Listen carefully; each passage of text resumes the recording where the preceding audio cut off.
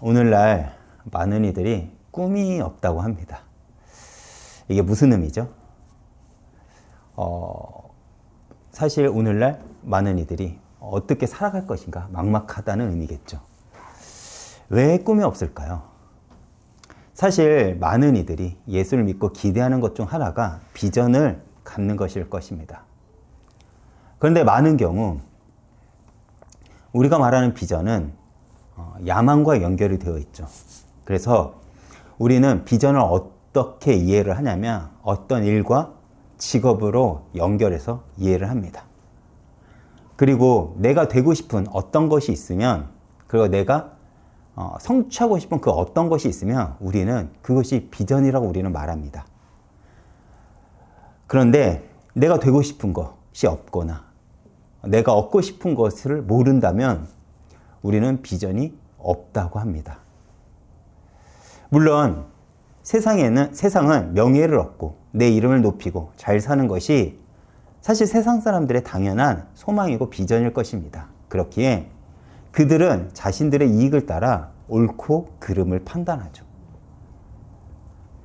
그렇다면 기독교인들의 꿈은 그들과 같으면 안 되지 않을까요? 사실 우리 역시 그들과 똑같이 나의 이익으로 옳고 그름을 판단한다면 어떻게 기독교인들과 세상이 차이가 있다고 우리가 말할 수 있을까요? 그런데 오늘날 교회들 역시 자신들의 이익을 따라가며 인간의 욕망을 비전이나 말로 포장해 많은 이들을 자극하며 또 많은 이들은 그런 말에 반응을 합니다. 이것이 오늘날 열광하는 교회들의 특징이기도 합니다. 비전을 이야기하면서 사람들의 욕망을 자극을 하죠. 그리고 이런 교회들의 또 다른 특징은 무엇일까요? 그들의 메시지에는 십자가가 없다는 것입니다. 왜 그렇습니까? 사실 우리의 욕망은 고난을 싫어하기 때문에 그렇습니다. 그래서 현실을 외면하고 자꾸 이상만 보여주는 것이죠.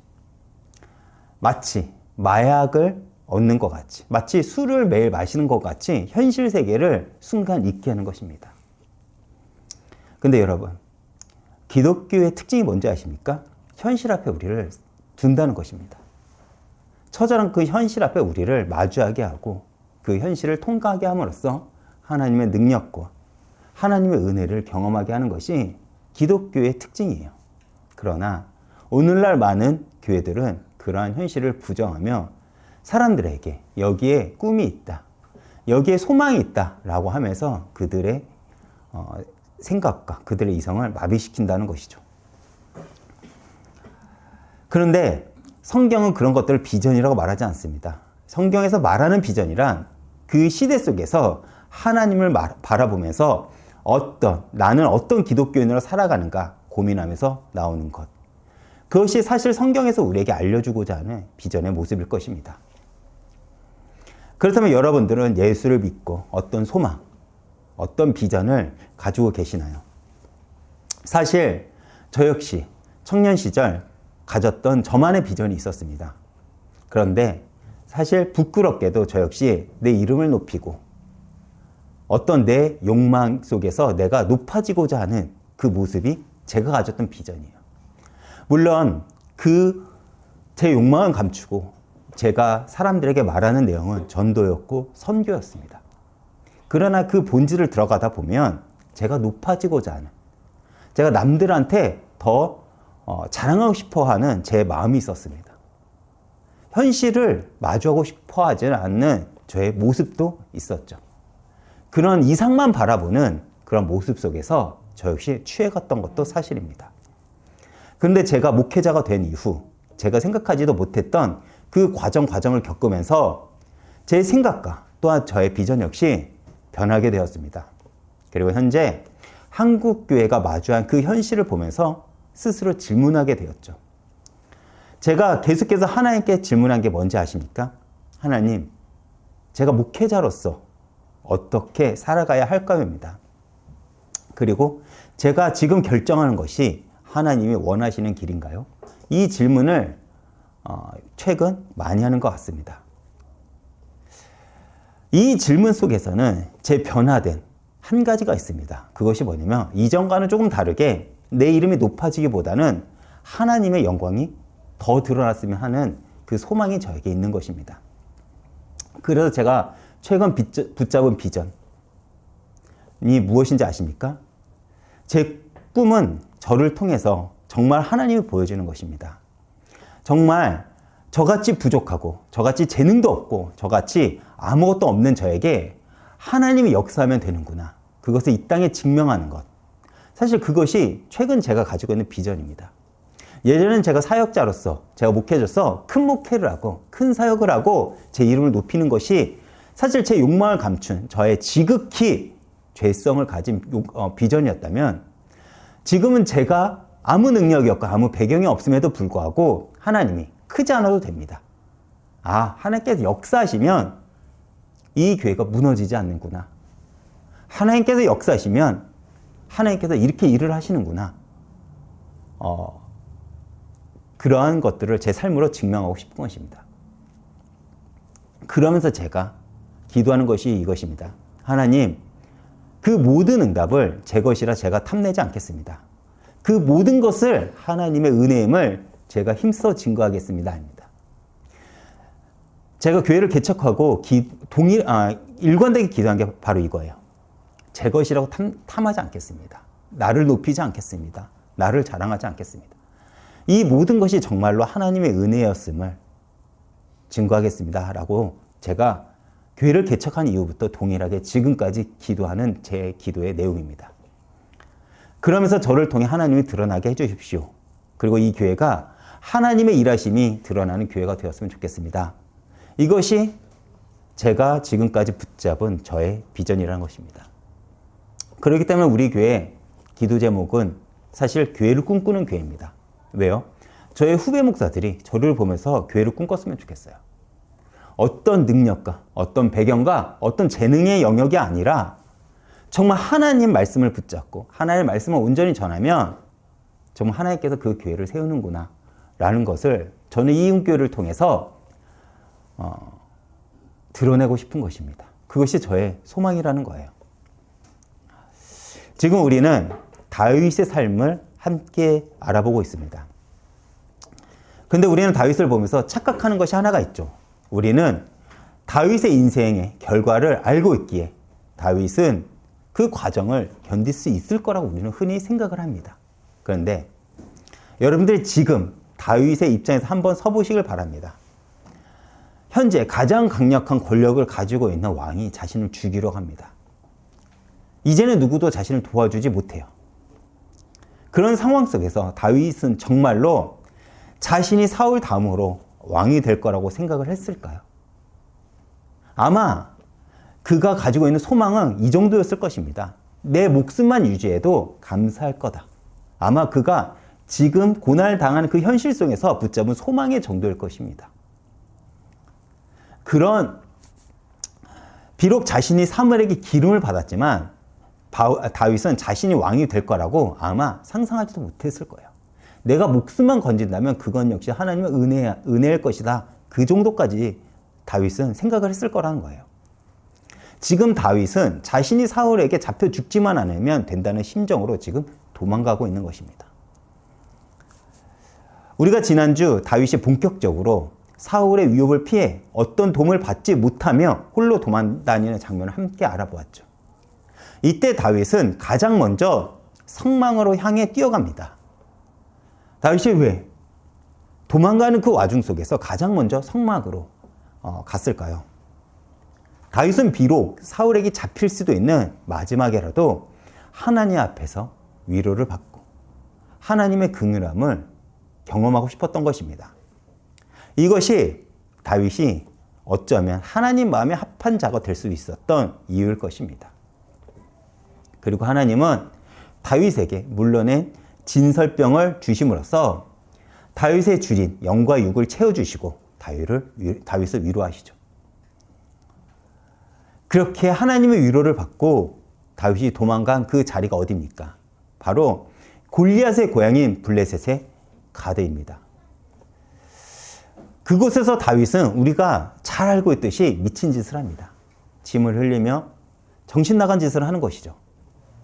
근데 여기서 우리가 궁금한 게 있어요.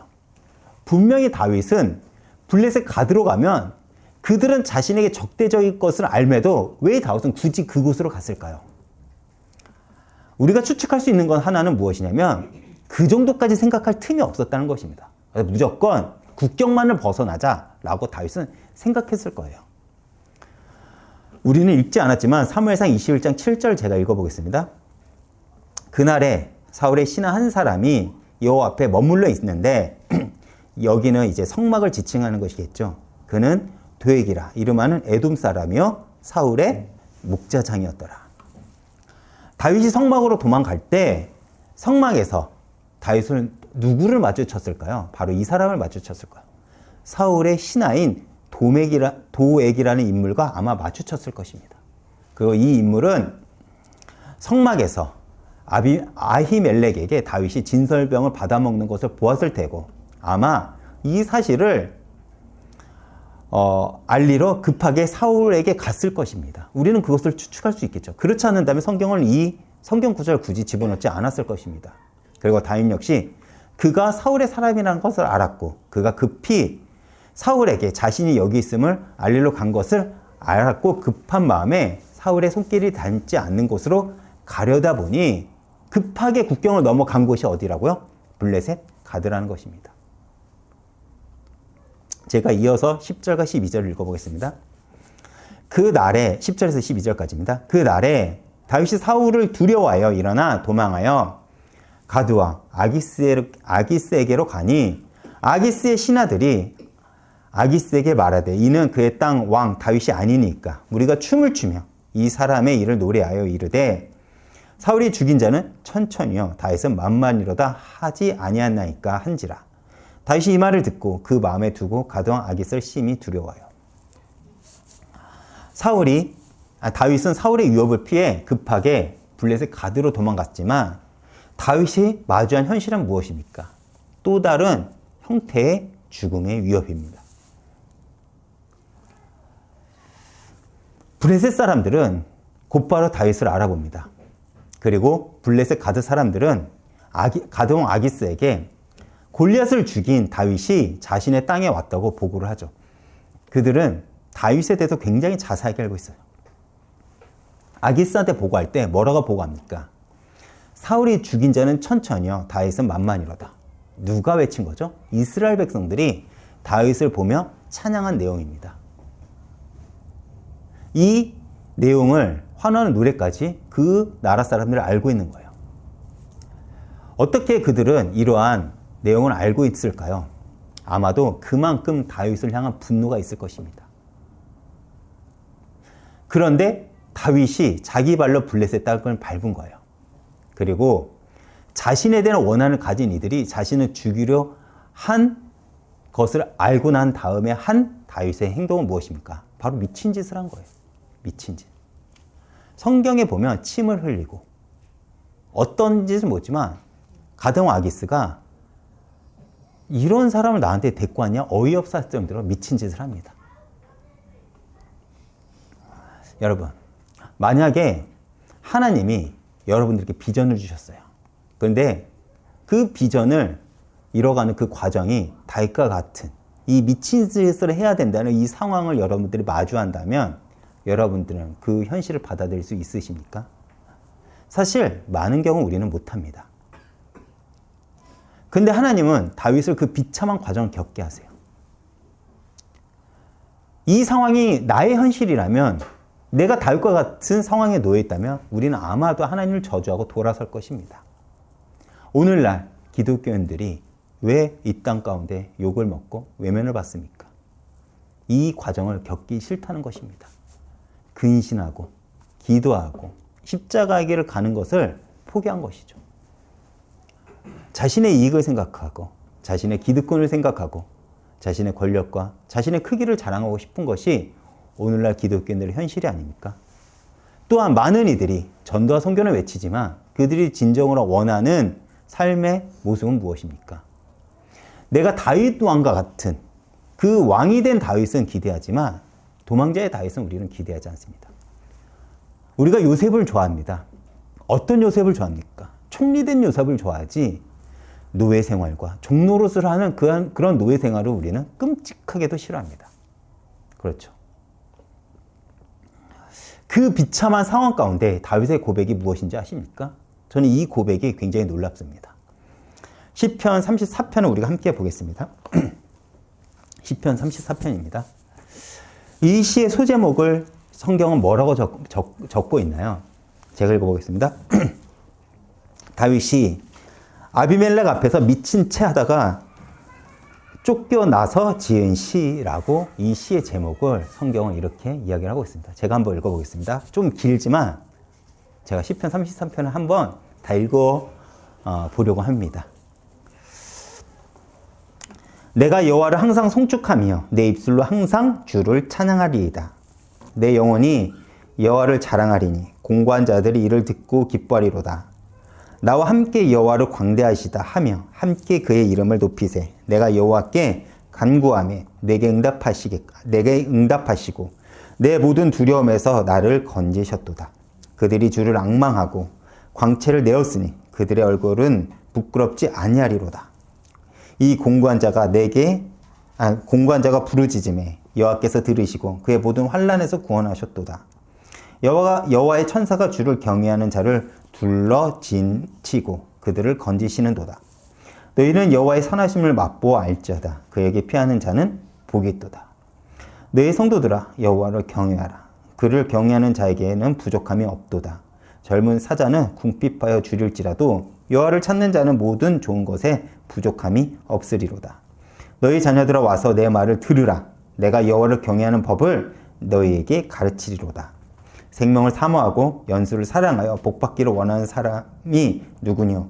내 혀를 악에서 금하며 내 입술을 거짓말에서 금할지어다. 악을 버리고 선을 행하며 화평을 찾아 따를지어다. 여호와의 눈은 의인을 향하시고 그의 귀는 그들의 부르짖음에 기울이시는도다. 여호와의 얼굴은 악을 행하는 자를 향하사 그들의 자취를 땅에서 끊으려 하는도다. 의인이 부르짖음에 여호와께서 들으시고 그들의 모든 환난에서 건지셨도다. 여호와는 마음이 상한 자를 가까이 하시고 충심으로 통회하는 자를 구원하시는도다. 의인은 고난이 많으나 여호와께서 그의 고난에서 건지시는도다. 그의 모든 뼈를 보호하시며 그 중에서 하나도 꺾지 아니하신도다. 악인을 죽일 것이라. 의인을 미워하는 자는 벌을 받으리로다. 여호와께서 그의 종들의 영혼을 속량하시나니 그들에게 피하는 자는 다 벌받지 아니하리로다. 아멘. 정말 아름다운 시죠. 우리가 지금 읽은 이 시편 34편은 다윗이 평안한 삶 가운데 편히 앉아서 하나님을 깊이 묵상하며 쓴 시가 아닙니다. 그는 도망자의 삶, 어떻게 보면 비참한 그 삶의 자리에서 주님을 붙잡고 주님을 바라보며 쓴 시죠. 이렇게 아름다운 시를 블레셋에게 넘어간 다윗이 가드왕을 만나기 두려워 성문 앞에서 모든 사람들이 보는 앞에서 완전히 미친 짓을 한 이후에 쓴 시가 바로 이 시예요. 모든 사건이 마무리가 되고 다윗이 왕이 되고 과거를 돌아보는 쓴 시가 아니라는 것입니다. 근데 이 시의 내용을 보면서 여러분들 여기서 다윗의 어떤 원망과 불평을 발견할 수 있으신가요? 우리는 발견하지 못합니다. 오히려 다윗은 우리의 생각과는 달리 이러한 과정 속에서 오히려 하나님을 경외하며 찬송을 하죠. 더 나아가 다윗이 이 찬송 가운데 뭐라고 고백을 합니까? 이렇게 말합니다. 너희 성도들아 여호와를 경외하라. 그를 경외하는 자에게는 부족함이 없으리로다. 너희 자녀들아 와서 내 말을 들으라. 내가 여호와를 경외하는 법을 뭐라고요? 너에게 가르치려다. 이게 미친 짓을 하면서 목숨을 구원한 후에 한 고백이라니까요. 비참한 삶 가운데 하나님을 경외하래요. 내가 지금 비참한 삶 가운데 있는데 나에게서 하나님을 경외하는 법을 배우라고 하는 것입니다. 만약 이 상황이 다 정리가 된 후고 왕이 된 후에 과거를 회상하며 쓴 시라고 한다면 사실 우리는 이러한 다윗의 신앙의 고백이 이해가 됩니다. 그러나 지금 다윗은 그렇게 여유로운 상황이 아니에요. 당장 블레셋 땅에서 자신의 목숨을 구걸하며 살아남아야 합니다. 그리고 여기서 산다고 하더라도 자신의 그 일이 끝나는 게 아니에요. 위협이 끝나는 게 아닙니다. 문제가 끝나는 게 아니에요. 여전히 다윗은 사울에게 쫓기며 살아갑니다. 언제 이 고난이 끝날지 모릅니다. 여러분, 고난이 왜 고난인 줄 아십니까? 만약에 그 고난에 내가 기간을 안다면, 고난이 끝나는 기간을 내가 분명히 알고 있다면 누구든 버틸 수 있습니다. 누구든 버틸 수 있어요. 근데 왜 우리가 힘들어하는지 아십니까? 언제 끝날지 모르거든요. 다윗이 딱 그 상황입니다. 언제 사울의 위협이 끝날지 모르는 상황이에요. 이 당시 다윗이 내가 30살이 되면 사울은 죽고 내가 왕이 될 거야 라고 생각을 했을까요? 아니요. 못했다니까요. 여전히 사울은 강건하고 권력은 막강했습니다. 다윗은 언제까지 자기가 이런 도망자의 삶을 살아가야 될지 몰랐을 것 같아요. 몰랐을 것입니다. 그렇다면 원망해도 되지 않을까요? 그런데 다윗은 오히려 이렇게 말해요. 여호와를 경외하라. 또 여호와를 경외하는 법을 배우라는 것입니다. 그러면서 17절 이렇게 말합니다. 의인이 부르짖음에 여호와께서 들으시고 그의 모든 환난에서 건지셨도다. 지금 다윗이 모든 환난에서 건진 상황입니까? 아니죠.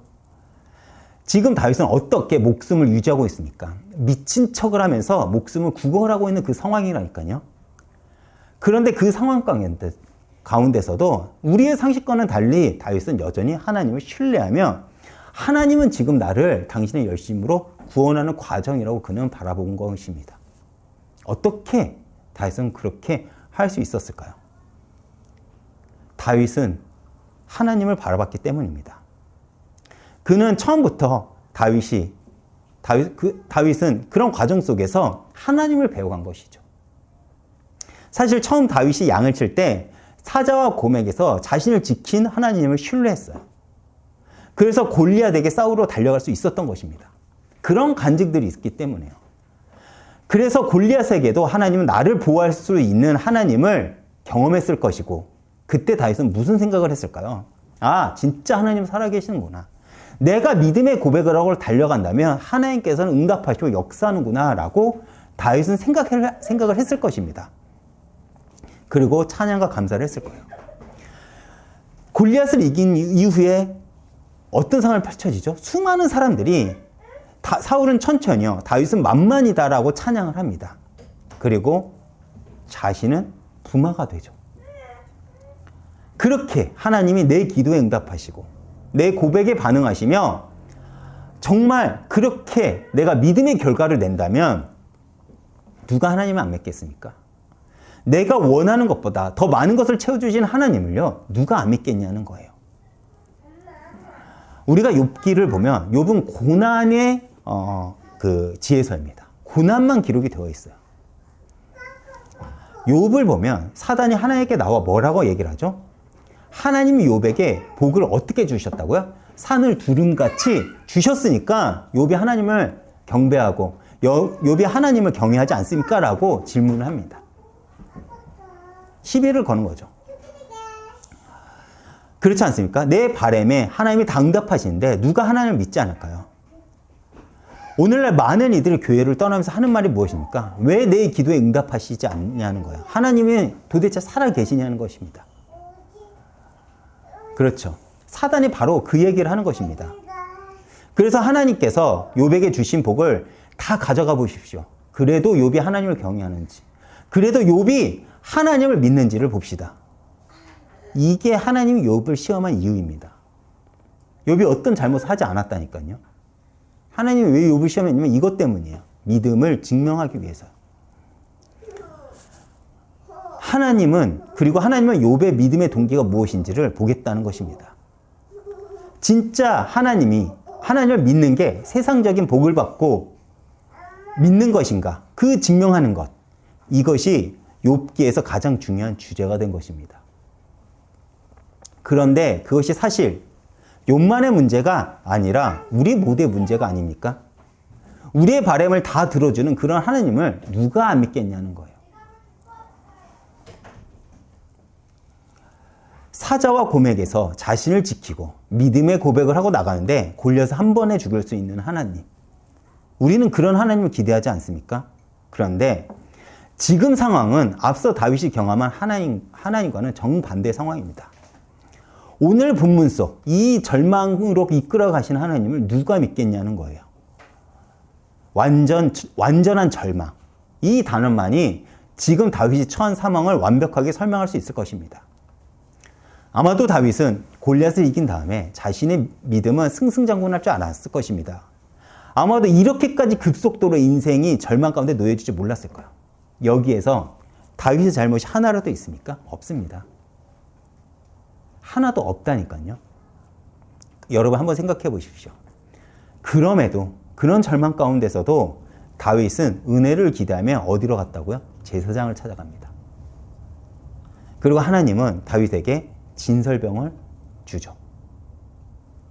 제사장이 먹는 떡을 줬다는 것은 여기엔 하나님의 위로가 담겼다는 것입니다. 그리고 자신이 죽인 칼을 받아요. 하나님이 나를 지켰구나라는 그 상징적인 칼을 받습니다. 그렇게 하나님의 위로도 경험하고 하나님이 나와 함께 하신다는 그 상징도 있는데 사실 가면 갈수록 다윗의 인생은 더 비참하고 끔찍한 상황으로 몰리고 있죠. 사울의 위협이 두려워 가드로 도망갔는데 이미 다윗은 그곳에서 유명한 자가 되어 그곳에서도 죽음의 위기 앞에 서게 됩니다. 그리고 다윗이 거기서 살 수 있는 유일한 길은 미친놈처럼 행동하는 거예요. 그래서 아기스가 볼 때 어이없어 살려줄 수밖에 없었던 것입니다. 이때 다윗의 마음은 어땠을까요? 하나님, 나를 긍휼히 여겨주사 이 위기에서 건져주십시오. 아마 속으로 이렇게 처절하게 울면서 기도를 했지만 겉으로는 미친 척을 하고 있는 거예요.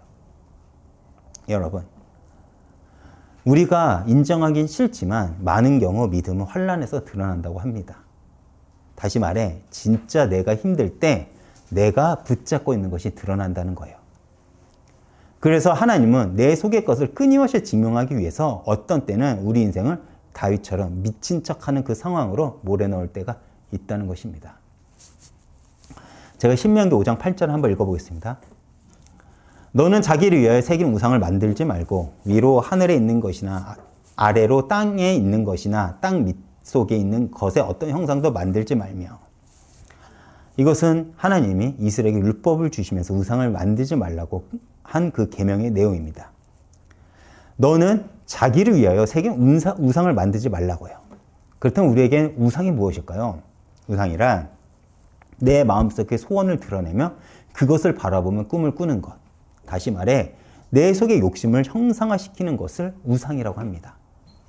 그래서 흔히 내가 좋아하는 것들, 우리는 형상화를 하고 우리는 바라본다는 거죠. 그렇다면 여러분 속에는 뭐가 있습니까? 내 속에 뭐가 있는지를 알 수 있는 방법이 있죠.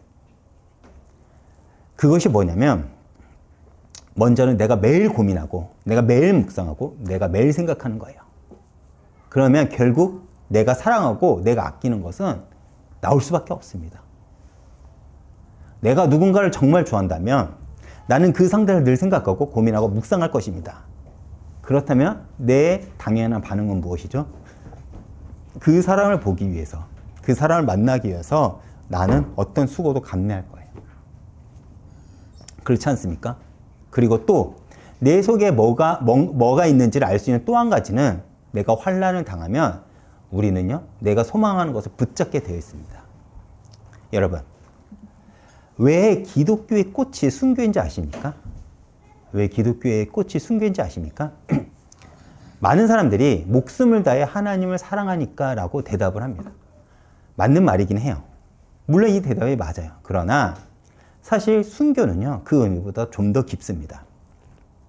왜냐하면 생명은요, 이 땅에서 가장 중요합니다. 전부죠.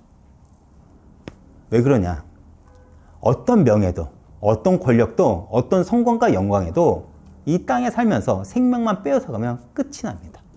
내가 이 땅에서 어떤 큰 영화를 누리더라도 생명이 없으면 그것은 끝이 난다는 것이죠.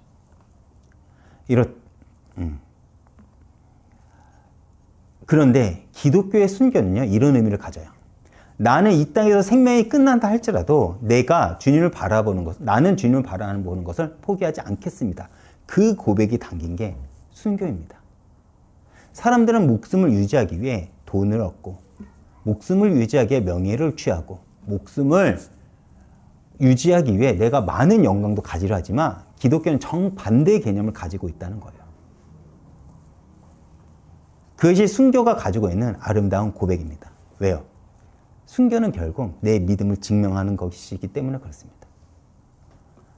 이렇다고 환란이 오면 내 속에 무엇이 있는지가 증명이 됩니다.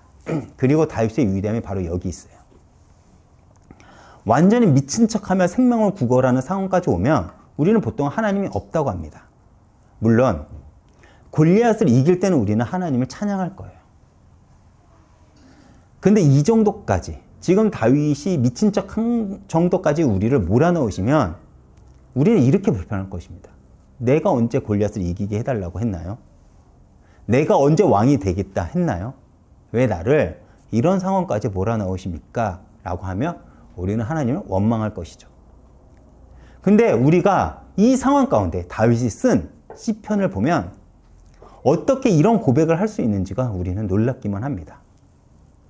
다윗은 이런 위기 가운데 이 소망을 붙잡고 이 고백을 품고 살아가는 다윗에게 하나님은 다윗을 향해 내 마음에 합한 자라고 높이셨던 것이죠. 저는 지금 한국교회 현실을 보면요, 앞으로 기독교는 핍박과 환난 가운데 갈 것이다 라는 생각이 사실 듭니다. 이게 외부의 문제가 아니라 기독교의 타락과 기독교의 이기심 때문에요. 여러분들은 그렇게 생각하지 않으십니까? 앞으로 기독교는 환난 가운데 놓여질 것 같습니다. 그런데 저는 이때 이렇게 말하고 싶어요. 누가 다윗의 이 아름다운 고백을 하면 그 인생 하나님께 두겠습니까? 그런데 우리의 신앙은 그래서 우리의 신앙은 고백에서만 머물면 안 된다는 거예요.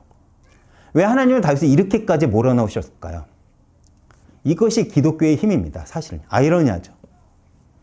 하나님이 이렇게 끔찍한 상황 가운데 몰아넣어도 하나님이 보호하는 자는 어떻게 해요? 절대 죽지 않는다는 것을 알게 하신다는 것입니다. 여러분, 기독교의 위대함이 뭔지 아십니까? 십자가의 죽음이 죽음으로 끝나는 것이 아니라 부활과 생명으로 바뀐다는 것입니다. 왜 그렇죠? 생명의 주관자의 신 하나님이 계시기 때문에 그렇습니다. 그래서 지금 다윗은 미친 척을 하지만 생명의 주관자 되시는 하나님을 바라보고 있는 거예요. 그래서 버틸 수 있는 것입니다. 내가 미친 척을 지금 한다고 할지라도 하나님께서 하신다면 이건 역시 하나님께서 바꿔 역사할 것을 다윗은 기대하며 소망하고 있는 것이죠. 다윗에게 중요한 것은 골리앗을 이기고 왕이 되는 것이 아니라 끝까지 여호와를 경외하고 붙잡고 살아가는 것이었습니다. 그래서 그 절망적인 상황 속에서도 다윗은 버틸 수 있는 것이며 그래서 끝까지 그 길을 갈 수 있던 것입니다. 우리가 다윗을 보면서 배워야 될 믿음이 바로 이거예요. 결론입니다. 여러분들은 그렇다면 여러분들의 꿈은 무엇입니까? 사실 우리가 예수를 믿는다고 해도 우리가 가지고 있는 비전 혹은 꿈은 골리앗을 이기는 것입니다. 그렇죠? 그래서 하나님, 위대한 일을 하게 해주세요. 하나님, 저를 이 땅에서 크게 써주세요. 라고 하며 우리는 골리앗을 이기고 영웅이 된 것처럼 우리 역시 하나님을 통해서 내가 영웅이 되고 싶은 것이 많은 경우 나의 비전이고 나의 꿈이 됩니다. 그래서 사실 그런 사람들 중에 몇몇은 실제로 자신의 이름을 높였고 하나님께 감사도 합니다. 많은 간증들 우리가 듣지 않았습니까? 하지만 많은 경우 그러한 일들이 안 일어나면 낙담을 하죠. 그리고 원망을 하면 하나님을 떠납니다. 이것이 오늘날 한국교회의 현실입니다. 그렇다면 여러분들은 하나님을 믿으면서 지금 여러분들은 무엇을 쫓고 계시나요? 제가 새벽 예배를 하면서 물론 이전에도 계속 기도했지만 좀 더 본격적으로 이제 기도를 하죠. 우리 이은교회 성도님들을 놓고 기도하고 특히 우리 아이들을 놓고 기도합니다. 제가 시아, 지은이, 윤이를 위해 기도를 할 때 이렇게 기도를 해요. 제가 제 기도의 내용을 조금 텍스트로 적었는데 조금 어색해도 여러분들 들어주시기 바랍니다. 이렇게 기도를 합니다. 하나님, 우리 아이들이 자라나면서 가장 중요한 순간에 하나님을 깊게 만나 하나님의 사람이 되게 해주세요. 그리고 이 아이들의 인생이 끝나는 날 이 아이들이 어떤 길을 가는 동안에도 나는 하나님 때문에 행복했습니다라는 고백을 하게 해주세요. 라고 제가 기도를 합니다. 그러면서 제가 요즘 저의 인생 속에서 남기고 싶은 고백이 무엇인지 아십니까? 내가 무엇이 되는 곳, 내가 무엇을 바라는 자가 아니라 내가 무엇이 안 돼도 주님이 나를 부르시는 그날까지 나는 주님을 사랑했고 나는 주님을 고백하며 나는 주님을 위해 살아가고 싶습니다. 비록 내가 다윗처럼 이해할 수 없는 길을 걷는다고 할지라도 나는 거기서 하나님을 사랑했고 나는 거기서 하나님을 붙잡았고 거기에서도 하나님 나의 찬송이요 나의 노래가 되시며 내가 골리앗을 이기게 하셔서 하나님이 나의 왕이 되는 것이 아니라 어느 순간에도 하나님은 나의 왕이 되었고 나의 사랑이었으며 나의 소망이 되었습니다 라는 고백을 제가 이 사무엘상을 강의하면서 붙잡은 기도의 내용입니다. 저는 이 고백을 남기는 신앙의 여정을 가고 싶어요. 근데 사실 부끄럽게도 아직은 이 고백이 저에겐 되지 않습니다. 아마 이 고백이 제 말년에 제가 남기고 싶은 고백입니다. 여전히 저는요, 부족한 게 많고 저를 증명하고 싶은 마음이 여전히 있어요. 제가 말했잖아요. 저 굉장히 세속적인 사람이라고. 그래서 낙심도 하고 좌절도 합니다. 현실 앞에서요. 그리고 원망도 하죠. 그런데 제가 목회를 하고 이음교를 섬기면서 정말 감사한 게 뭔지 아십니까? 제가 이 말씀을 준비하면서 믿음의 시간을 갖는 것입니다. 사실 쉽지 않은 시간이에요. 제가 어제도 새벽에 잠들었는데 새벽에 뉴스를 봤다고 하면 알잖아요. 제가 대략 몇 시쯤 자는지요. 주일 새벽에요. 말씀을 준비하는 게 사실 쉽지 않아요. 제가 이제 머리가 좀 미련해가지고 이게 바로바로 이 생각의 이 말씀의 내용이 붙잡아지지가 않거든요. 오랜 시간을 투자해야 됩니다. 근데 이 믿음의 시간을 통해서 제가 다시 믿음으로 마음을 잡고 결국 이런 고백을 하는 것입니다. 이런 고백을 하고 싶은 거예요. 이 삶이 쌓이면요. 제 자녀들과 우리 아이들에게 자녀들아 하나님을 경외하는 법을 나에게 배워라. 이 고백을 제가 남길 수 있을까요? 제가 아마 이 고백을 남길 수 있다면 저는 그래도 괜찮은 믿음의 삶을 살았다고 저는 간증할 수 있을 것 같습니다. 저뿐만 아니겠죠. 여러분들도 그런 고백을 남기는 믿음의 삶을 살아가시길 바랍니다. 여러분, 다윗은 어떻게 이렇게 절망적이고 비참한 상황 속에서도 이렇게 아름다운 시를 지을 수 있었을까요? 다윗은 하나님께 시선을 두었고 그런 다윗을 하나님은 위로하셨고 그리고 다윗은 그 하나님의 위로가 있기에 다른 어떤 것이 그리 중요하지 않았기에 버틸 수 있었을 것입니다. 다윗의 위대함은 여기 있어요. 그렇다면 여러분들은 예수님을 어떻게 보고 계시나요? 우리가 예수께 집중한다면 하나님의 나라의 소망을 우리가 둔다면 지금의 원망, 지금의 낙담의 상황을 우리는 이겨낼 수 있을 것입니다. 또한 사단의 공격에도 우리는 힘써 싸워낼 수 있을 것이죠. 사실 우리의 마음에 세상 것이 너무나도 많아요. 그래서 우리는 세상의 욕심 때문에 무너지는 것입니다. 여러분의 꿈과 여러분의 비전은 무엇입니까? 여러분들의 간증은 세상에서 잘 되었다는 것이 여러분들의 간증이 되어서는 안 됩니다. 우리의 간증은요, 그리고 우리의 믿음의 고백은 다윗과 같아야 됩니다. 비록 우리의 삶이 평안한 인생이 아니었고 여전히 고단하며 여전히 힘든 인생일지라도 그래도 하나님은 살아계시고 지금도 나를 끌어가시고 있는 것은 나는 그 사실을 알고 있기에 나는 하나님을 바라보면서 하나님을 찬양하고 하나님을 경외합니다. 이것이 우리들의 고백이 되어야 되지 않을까요? 이 간증이 여러분의 삶에 깊이 담기길 축원드리겠습니다. 제가 이번 주 찬양은요, 아침 안개 눈 앞 가리듯 이 찬양을 준비했습니다. 이 찬양이 오늘 내용을 가장 잘 대변해주는 찬양이 아닐까 생각을 해봅니다. 때로 우리 인생은 안개가 내 눈을 가리듯 어두운 길을 가는 것 같습니다. 또한 내 소망이 어두운 그늘 가운데 사라지는 것만 같죠. 그때마다 하나님이 우리에게 들려주는 목소리는 뭡니까? 내가 너를 사랑하고 내가 너와 함께 하겠다는 것입니다. 사실 예수를 믿는 게 쉽지가 않습니다. 그래서 많은 이들이 예수께 돌아섭니다. 그러나 예수를 붙잡는 이들이 결국 경험하는 것은 무엇이죠? 하나님의 위로와 하나님의 은혜를 경험한다는 것입니다. 그 은혜가 있기에 우리는 하나님만으로 충분합니다. 고백을 할 수 있는 것이죠. 그리고 그 고백을 한 우리를 하나님은 반드시 부활과 승리의 길로 인도하실 것입니다.